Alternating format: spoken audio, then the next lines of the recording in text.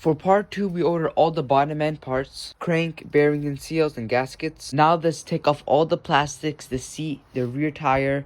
Also, let's drain all the fluids.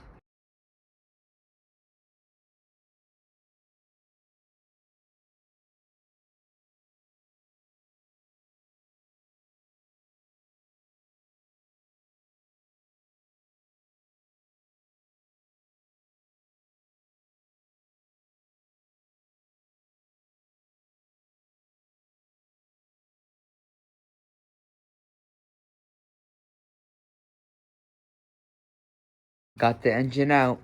Engine is right over here. Over here we have all the plastics, gas tank, tire, muffler, seat. We also have all the screws and bolts. If you want to see part 4, subscribe and I'll see you in the next one. Peace.